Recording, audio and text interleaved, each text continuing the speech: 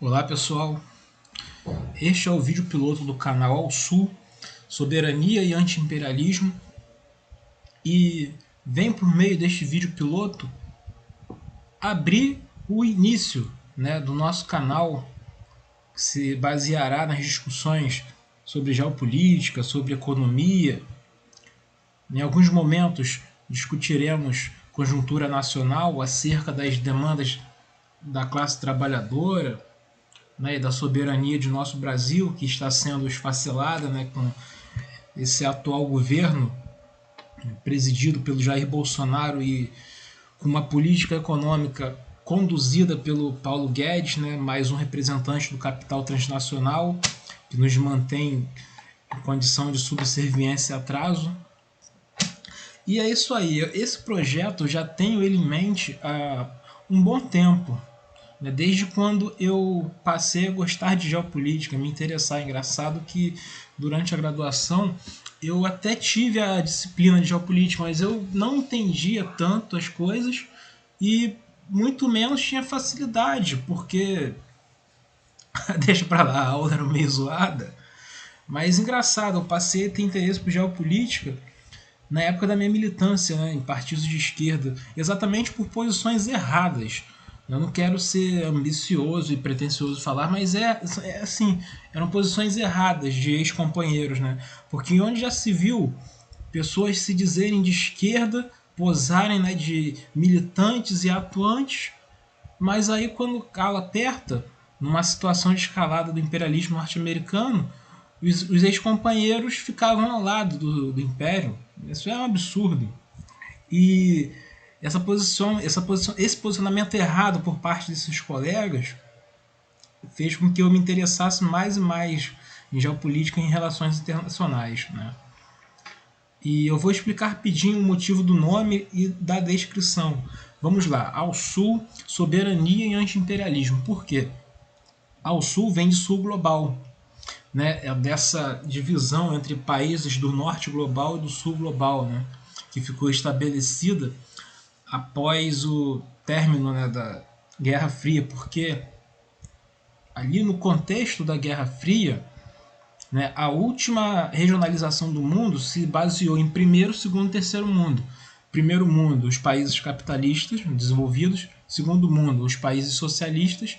E terceiro mundo, aqueles países que não se alinhavam nem ao capitalismo, tendo os Estados Unidos como a proa, e nem ao socialismo, tendo a antiga União Soviética enquanto a nação líder, desse sistema.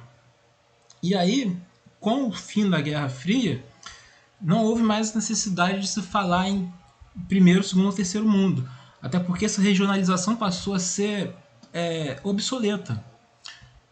A partir daí, criou-se essa divisão norte global e sul global. Norte global, os países mais desenvolvidos, de certa forma, os países imperialistas com histórico de rapinagem e de espoliação, dos outros povos. E sul global, nós, pobres e desenvolvidos e atrasados, às custas do enriquecimento de uma porção de países, E nós aqui do Brasil, na América Latina, estamos inseridos no sul global. Então, por isso, o nome recebe essa marca primária, ao sul. Soberania e anti-imperialismo, porque eu prezo pela questão da soberania nacional, pelo fato de o Brasil ser dono de seu próprio futuro, de suas próprias decisões, ao invés do que acontece, nós temos uma elitezinha alinhada aos ditames de Washington, que nos mantém até hoje atrasada. O governo Jair Bolsonaro é um governo alinhado ao império, isso é inegável.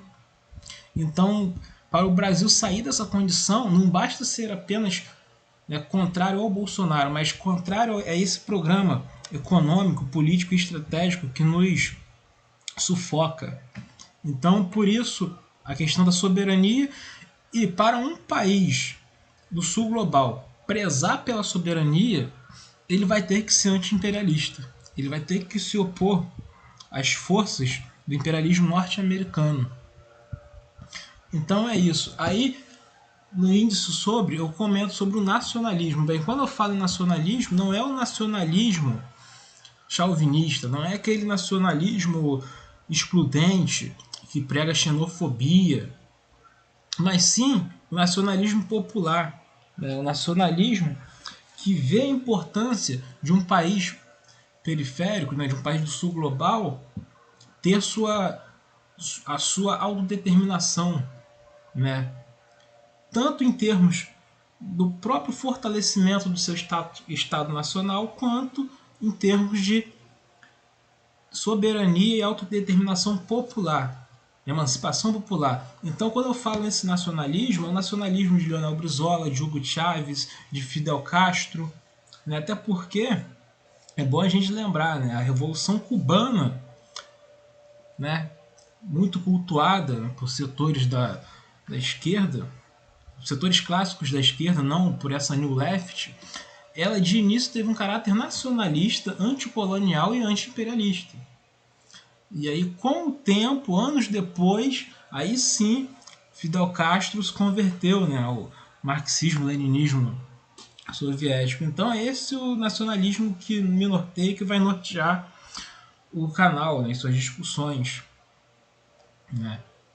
E o resto é o que a gente entende, a questão popular, né, o povo como o tomador das decisões de uma nação, né, e a ideia do anti-imperialismo, como falei antes.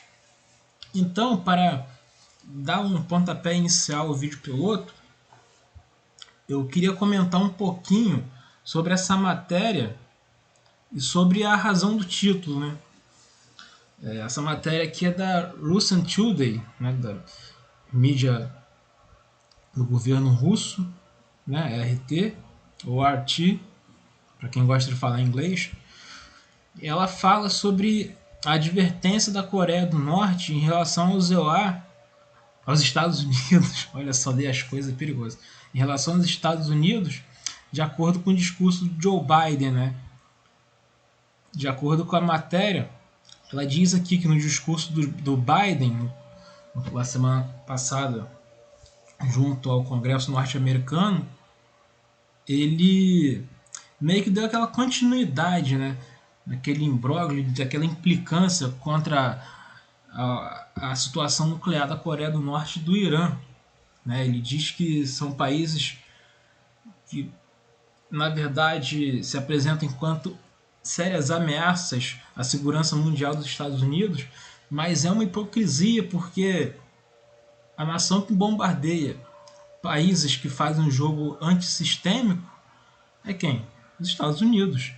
E, na verdade, a segurança mundial ela fica em risco exatamente quando os Estados Unidos atuam no sistema internacional. Só que há toda uma propaganda, um jogo de cena para fazer com que as pessoas entendam que os Estados Unidos são a polícia do mundo, né?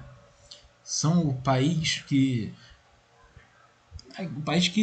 tem aquela coisa de prezar pela segurança mundial, mas isso é uma hipocrisia. Qualquer pessoa com 2 neurônios já entende, né?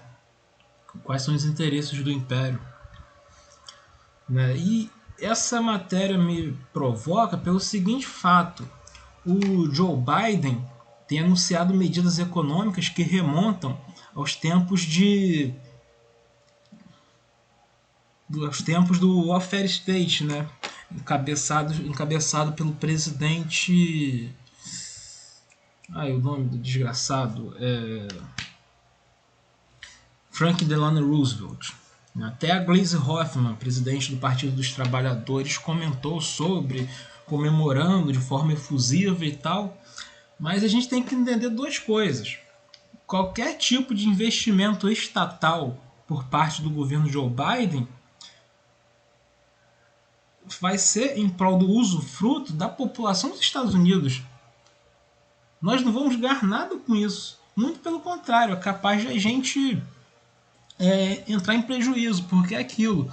Para a prosperidade do imperialismo norte-americano acontecer, na periferia vai ter que sangrar.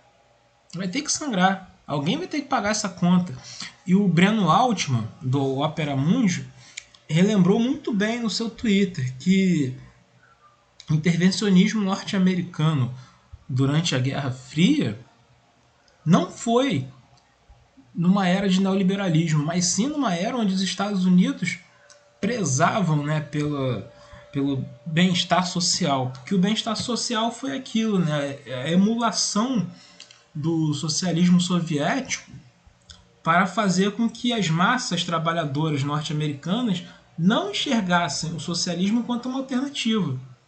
E essa foi a grande sacada, né, do Roosevelt e até mesmo do Keynes, né, que era um liberal, né, e pró-ocidente. Né.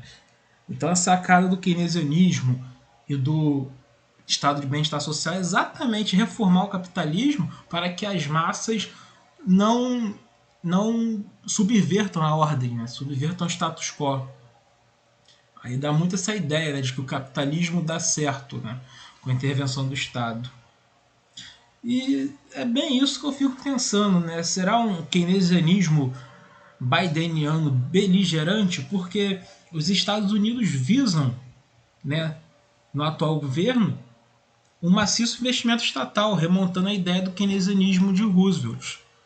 Mas o aparato beligerante e a visão de guerra, né, essa ideia intervencionista ainda continua. Eu retrato essa matéria aqui, isso aqui é o mínimo, né, que a gente pode pensar. Né?